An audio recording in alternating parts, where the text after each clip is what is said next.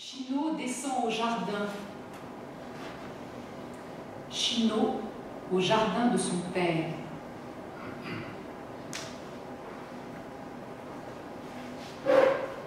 La sueur de mon père émane du jardin et réciproquement. De quoi sont faites nos sueurs? Du pipi aigre que par les pores lâche d'en avoir marre qu'on ne laisse pas s'avachir peinard le corps. Chino dit: le jardin, quand j'y entre, a l'odeur de la sueur de mon père qui y a biné, bêché ou sarclé toute la matinée. La sueur de mon père, quand j'y pense, a l'odeur du jardin où je suis un jour entré dans la fièvre et dont plus jamais je ne sortirai. Je ne sortirai jamais non plus de l'odeur de la sueur de mon père. De quoi est faite, je ne sais où, mais quelque part entre l'énervement de ma pensée, mon cardiogramme précipité, et ce qui me pend comme menace au nez, cette odeur, pas que d'un surcroît d'urac de père Fabécane, aussi d'un âcre sans doute de misère dû à ci ou ça qu'il ne dira pas puisque jamais il ne l'a dit,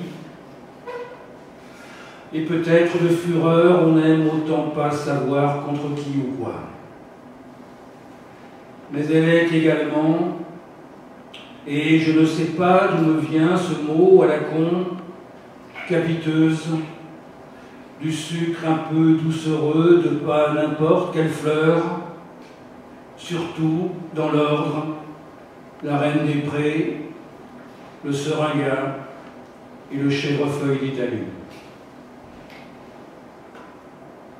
Si après tant d'années j'y pense comme on distille sauvagement sans rien au fond en savoir les gouttelettes de sa vie secrète, je sens que la sueur jardinière de mon père a, primo, l'odeur mauvaise des pensées à qui il a dit « Foutez-moi la paix et laissez-moi vivre obscur et chagrin, mais en douceur. »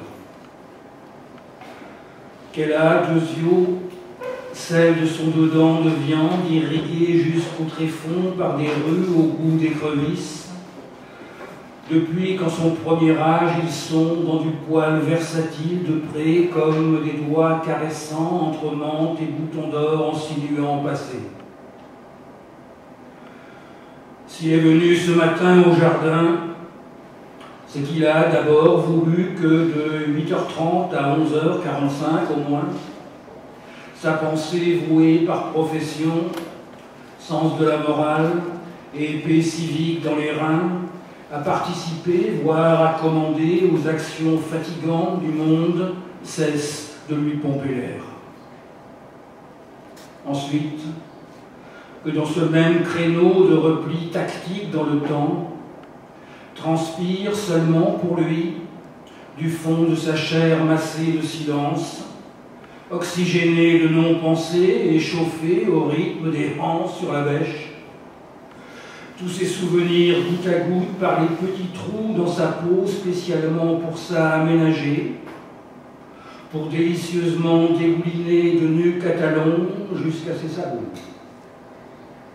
Enfin, que ces gouttes descendues, qui en pluie des hauteurs de son front penché sur les salades, qui en la vie le long de ses doigts amoureux du plantoir, soit sur les carrés potagers comme une bénédiction, d'abord pour les petits légumes manifestement heureux d'y pousser sans mégoter, ensuite pour lui, momentanément ne pensant qu'à faire qu'ils y poussent à l'aise, et très suant des mois de voir que c'est le cas, vu la feuille pétante de verre, la tige qui dit shred des avantages, et la racine comestible obèse.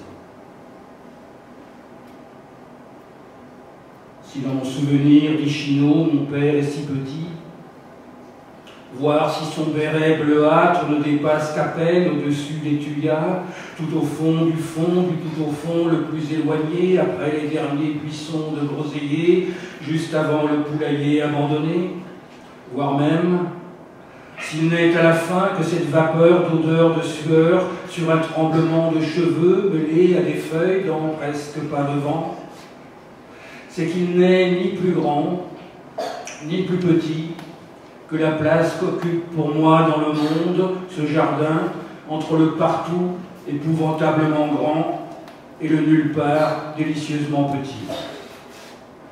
Et que pas plus que l'air que je respire, ou l'eau où j'aime nager, il n'a, n'étant que vapeur, parfum de sueur, et buée sur un jardin minuscule et immense, de forme dont je puisse au fond de mon œil former à l'envers l'image, pour la restituer ici par autre chose qu'un croquis hasardeux, attendri et perplexe. De son vivant, je me disais, que je lui disais, sans jamais le lui dire, « Père, ne vois-tu pas que je te vois ne pas me voir ?» À présent qu'il ne peut plus me voir, je me dis, sans pouvoir le lui dire, que je ne vois plus de lui, que lui étant par moi non vu.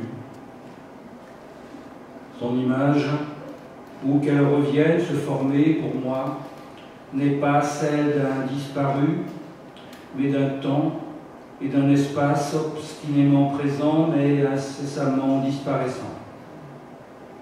Et dans ce mouvement d'effacement constant de toute chose stable du monde alentour, répandant l'odeur travailleuse et fervente de lui-même sur ce jardin où j'aimerais qu'il soit et qu'il me voie, respirant sur toute fleur le parfum déroutant de sa sueur.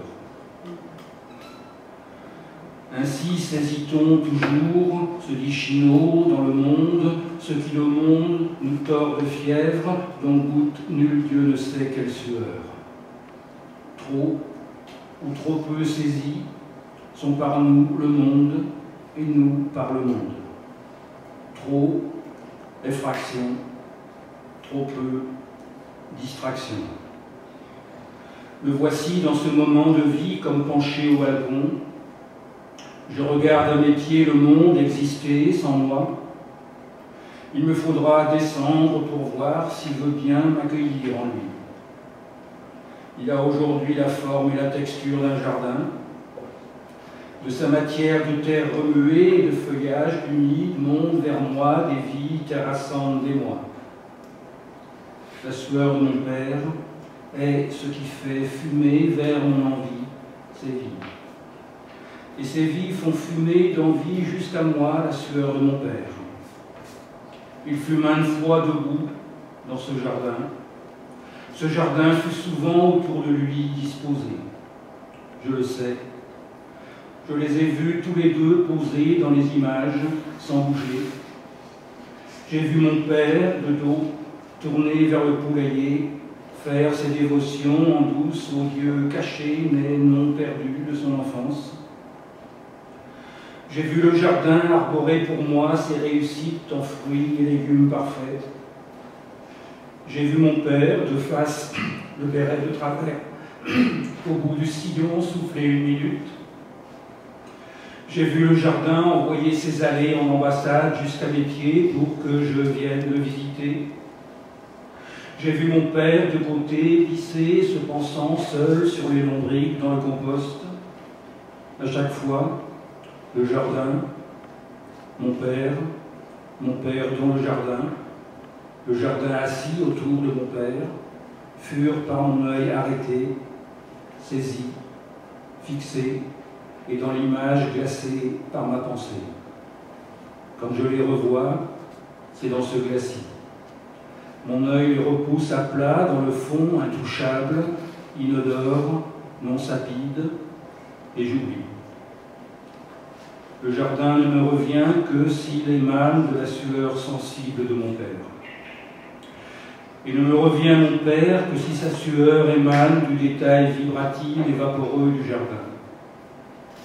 Comme si mon père n'était que cette émanation évaporée et vibrante du monde au travers des images du monde. Et que le monde n'était pour moi que ce qui paternellement efface par des coulis sans forme, des vapeurs tremblantes, des vibrations touchantes et des parfums de corps suants, les images froidement immobilisées sur la surface plate des choses et des gens, vues par d'autres gens en photo comme des choses.